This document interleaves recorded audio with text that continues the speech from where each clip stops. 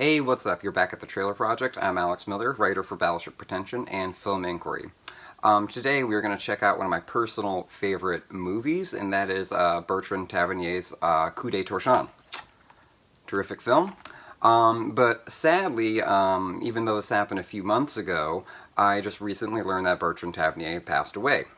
Now, Tavernier was a really interesting case because, like so many great directors, whether it's Martin Scorsese, Nicholas Winding Refn, or Quentin Tarantino, Tavernier was more than just a filmmaker, but just a devoted cineast. He has written multiple volumes on American cinema. He presided over the Lumiere Institute. And his body of work, both behind the camera and around the world of movies, is evidence of a devoted and committed cineast. And he was also a assistant director to Jean-Pierre Melville, so we're rocking the Les Samurai shirt today. Some of his best works include today's film, Coup de Torchon, Round Midnight, Death Watch, The Judge and the Assassin, and he also made a really wonderful documentary in 2016 called My Journey Through French Cinema. One of the many interesting things about today's film is that it's an adaptation of a Jim Thompson novel, Pop 1280, or Population 1280. Jim Thompson's no stranger to the big screen.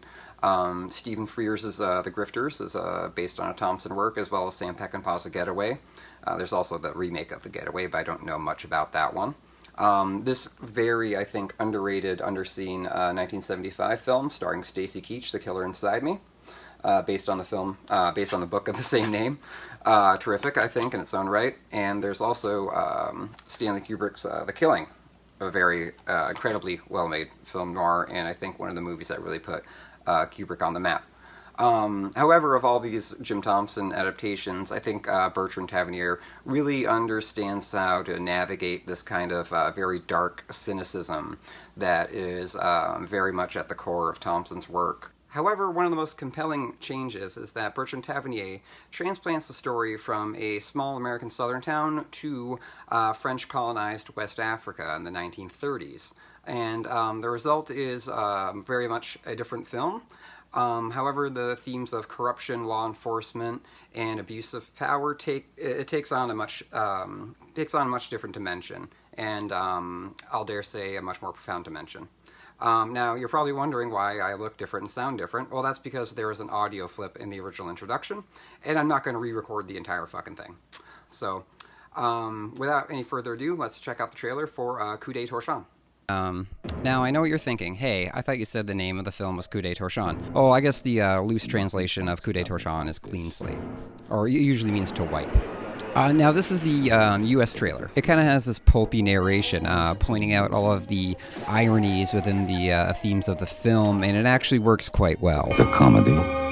Why so diabolical?